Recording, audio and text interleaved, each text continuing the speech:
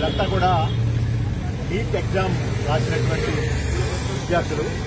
వీళ్ళందరికీ కూడా మంచి ర్యాంకులు కూడా వచ్చినాయి. వీళ్ళంతా తెలంగాణ పిల్లలు. నర్సరీ ఎల్కేజీ నుంచి మొదలుపెట్టి 10th వరకు కూడా ఇక్కడే చదివారు. వాళ్ళ తల్లిదండ్రులు తెలంగాణ వాళ్లే, కొంతమందికి అయితే తాతలు కూడా తెలంగాణ వాళ్లే. కానీ ఒక కొత్త జీవో తీసుకొచ్చారు, 150 జీవో అని చెప్పి. ఆ జీవో ప్రకారం ఈ పిల్లల్ని నీట్ క్వాలిఫై అయినా కూడా వీళ్ళకి సీట్లు రావు అని చెప్పి ప్రభుత్వం ఒక జీవో తీసుకొచ్చింది. ఆ జీవో వల్ల వీళ్ళు వాళ్ళ యొక్క జీవితాన్ని కోల్పోయే పరిస్థితి వచ్చింది. ఎందుకంటే ఇప్పుడు కనీసం వీళ్ళు తెలంగాణ వాళ్ళు కాదు అనేది ఆ జీవో సారాంశం. ఏంటి అయా వీళ్ళు చేసిన తప్పు ఏంటంటే, ఇంటర్మీడియట్ 2 సంవత్సరాలు వాళ్ళు విజయవాడలో కానీ లేదా కోరుకొండ కానీ ఇంకెక్కడైనా స్కూల్స్ లో వాళ్ళు చదివారు.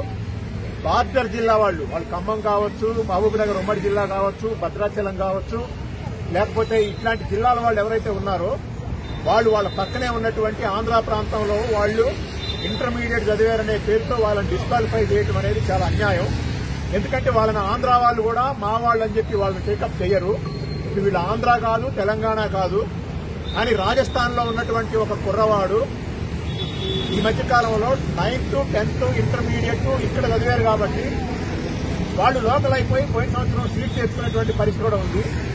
రాజస్థాన్ ఈ రాష్ట్రంలోనే పుట్టని వాళ్ళు కాని వాళ్ళు 9th 10th ఇంటర్ చదివిన వాళ్ళు రాజస్థాన్ వాళ్ళు లోకల్ అయితే, తెలంగాణలోనే పుట్టి వాళ్ళ తల్లిదండ్రులు తెలంగాణ వాళ్ళు అయి ఉండి వాళ్ళు నర్సరీ నుంచి మొత్తం 10th వరకు చదివి కేవలం ఇంటర్మీడియట్ ఇక్కడ చదవలేదనే పేరుతో వాళ్ళని నాన్ లోకల్ చేయటం వల్ల ఇందులో ఉస్మానియా మెడికల్ కాలేజీలో, గాంధీ మెడికల్ కాలేజీలో కూడా సీట్లు దక్కించుకోగలిగే ర్యాంక్ వచ్చిన వాళ్ళు ఉన్నారు. లేదా గవర్నమెంట్ మెడికల్ కాలేజీలో ర్యాంక్ తెచ్చుకునేటువంటి వాళ్ళు ఉన్నారు. వాళ్ళెవరు కూడా కోటీశ్వరుల బిడ్డలు కాదు, లక్షాధికారుల బిడ్డలు కాదు. లక్షల కోట్ల రూపాయలు సంపాదించి ప్రైవేట్ మెడికల్ కాలేజీల్లో వాళ్ళు చదువుకునేటువంటి ఆర్థిక స్తోమత ఉన్న వాళ్ళు కాదు. ఇప్పుడున్న బిడ్డలందరూ కూడా మిడిల్ క్లాస్ పిల్లలు, పేదవాళ్ల పిల్లలు ఎక్కువ మంది ఉన్నారు. వాళ్ళని ఈ రకంగా డిస్క్వాలిఫై చేయడం అనేది అన్యాయం. తెలంగాణ ప్రభుత్వం ఆలోచించి తాజాగా తీసుకొచ్చినటువంటి తాజా జీవో ఏదైతే ఉందో ఇది ఎవరికి పనికిరాదు. ఇది పనికిమాలిన జీవో. ఇదేమి తెలంగాణకి న్యాయం చేసేది కాదు, తెలంగాణ స్థానికతకి ఉపయోగపడేది కాదు. ఎటు కాకుండా విద్యార్థుల్ని వాళ్ళ జీవితాలను నాశనం చేసేది.